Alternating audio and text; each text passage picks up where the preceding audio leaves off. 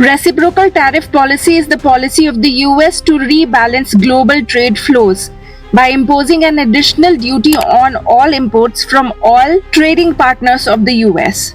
The day on which reciprocal tariffs were announced, it was termed as the Liberation Day by President Donald Trump. He asserted that the tariffs would free the United States from what he described as unfair trade practices that had put American manufacturers and workers at disadvantage. Donald Trump has repeatedly warned that America's persistent trade deficit are not just an economic issue, they are national security threat. His concern stems from the fact that the US defense industrial base, though still highly advanced, has grown increasingly dependent on foreign countries, which are also potential adversaries of the US. For example, the rare earth elements essential for precision guiding weapons, fighter jets, and radar systems are overwhelmingly sourced from China. Similarly, advanced semiconductors crucial for military-grade electronics are largely imported from Taiwan and South Korea. The 2018 Pentagon assessment echoed these concerns,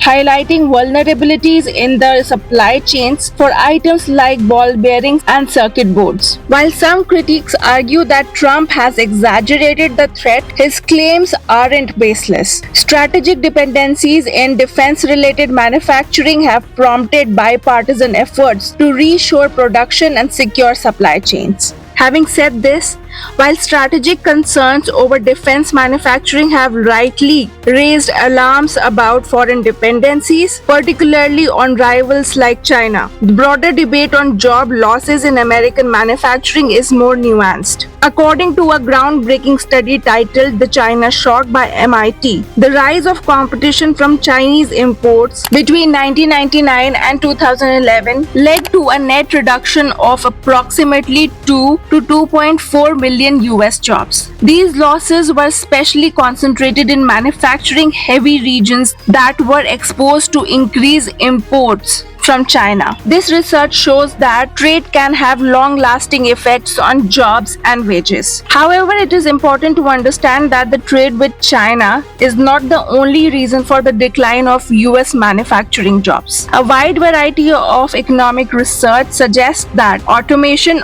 robotics, and productivity improvements have also played a significant role. For instance, as manufacturing technology has advanced, companies are able to produce more goods with fewer workers, meaning that even when factories stay in the US, they often hire fewer people. One can say that Donald Trump was right to highlight the serious issue, which is the erosion of America's manufacturing base and growing reliance on foreign nations for critical goods, including those tied to national security. He has identified the real and complex problem of US manufacturing decline and job losses, but has responded with a simplistic and potentially counterproductive solution. Imposition of tariffs will cause higher costs for American importers, inflationary pressures, and potential trade wars. Let's make things simpler. A tariff is a tax or duty placed on imported goods by a country. The main goal of tariff is to make foreign goods more expensive,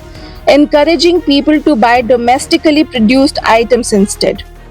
The economic rationale behind imposing tariffs is to protect the local industries from foreign competition, promote domestic production, and address trade imbalances. However, in the long run, tariffs can lead to higher prices for consumers as they will have to pay more for goods that were once cheaper. It can also result in trade wars where other countries retaliate by imposing their own tariffs. This can disrupt the global supply chains, can lead to slow economic growth, and harm industries that rely on foreign materials. For the US, imposing tariffs on China, for example, could raise production costs for the US manufacturers and lead to higher prices for consumers, while also creating tensions in international relations. In 2024, the trade deficit of the US was $1.2 trillion, which has grown by over 40% in the last 5 years. Trump calls it a national emergency wherein other countries have benefited at expense of the US. He says that foreign firms are better positioned to scale production,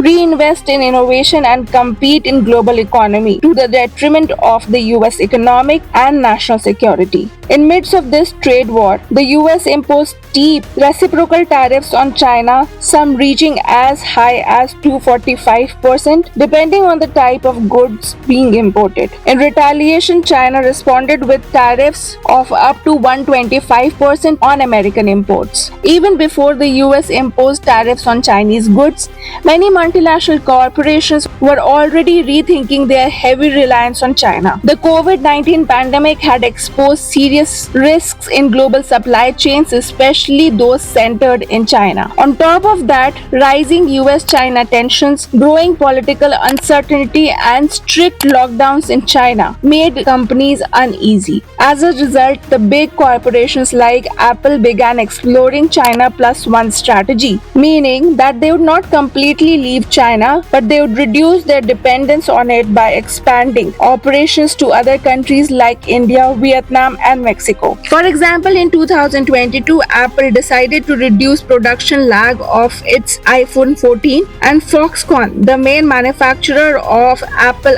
iPhones, had set up the assembly units in the state of Karnataka in India to diversify its manufacturing base. This move is part of the broader trend where companies are looking to shift some of their production capacity out of China, responding to both pandemic disruptions and growing geopolitical tensions. When it comes to India, 26% tariffs were imposed on it. Experts say that tariffs imposed by the US could be a mixed bag for India. While tariffs may create long-term opportunities for India as global supply chains diversify away from China, in the short term, tariffs pose serious challenges. Morgan Stanley recently revised India's GDP growth forecast for fiscal year 2025-26 from 6.5% to 5.6%, citing global trade tensions as the key factor. Even the Reserve Bank of India has raised concerns, suggesting that persistent protectionist policies and trade disruptions may dampen India's export growth and impact its overall economic growth momentum. This signals that India's growth targets may face downward pressure if trade frictions continue to escalate. While US tariffs on Chinese goods are expected to significantly disrupt the global trade flows, their direct impact on India may be relatively limited. This is, however, not necessarily a positive reflection of India's economic strength. As of 2023, India's share in global merchandise exports stands at just 1.2% compared to China's commanding 14.2%. In effect, India's limited exposure to global value chains will shield it from the immediate fallout of the US-China trade war, but it also underscores a missed opportunity. India is yet not a central player in the global exports to the US, and it is somewhat insulated from the full brunt of the trade war. According to Federation of Indian Exports Organization, the reciprocal tariffs on Indian goods were less severe than those on competitors like Vietnam and Bangladesh. While some sectors like electronics, gems and jewelry, and auto parts are expected to be more adversely affected due to their lower exemption coverage. There are sectors like apparel, footwear, toys, which present a golden opportunity for medium and small scale enterprises in India. Despite Trump publicly branding India as the tariff king and imposing a 26% tariff on Indian goods, New Delhi responded with a more diplomatic approach. In the midst of all the tariff drama, India reduced import duties on over 8,500 industrial items, including high-profile American exports like bourbon whiskey, Harley-Davidson motorcycles. While Trump swung the tariff hammer, India quietly adjusted the screws, offering some concessions to ease trade tensions. Given the ongoing trade war-like situation between major global powers, India must actively seek diversified trade partnerships with countries and regional blocs such as the EU, ASEAN, Australia, and the UAE. It is not just a strategic move, it is a necessity. India cannot afford to get entangled in a confrontation between economic giants like the US and China. The reality is, India needs the US more than US needs India.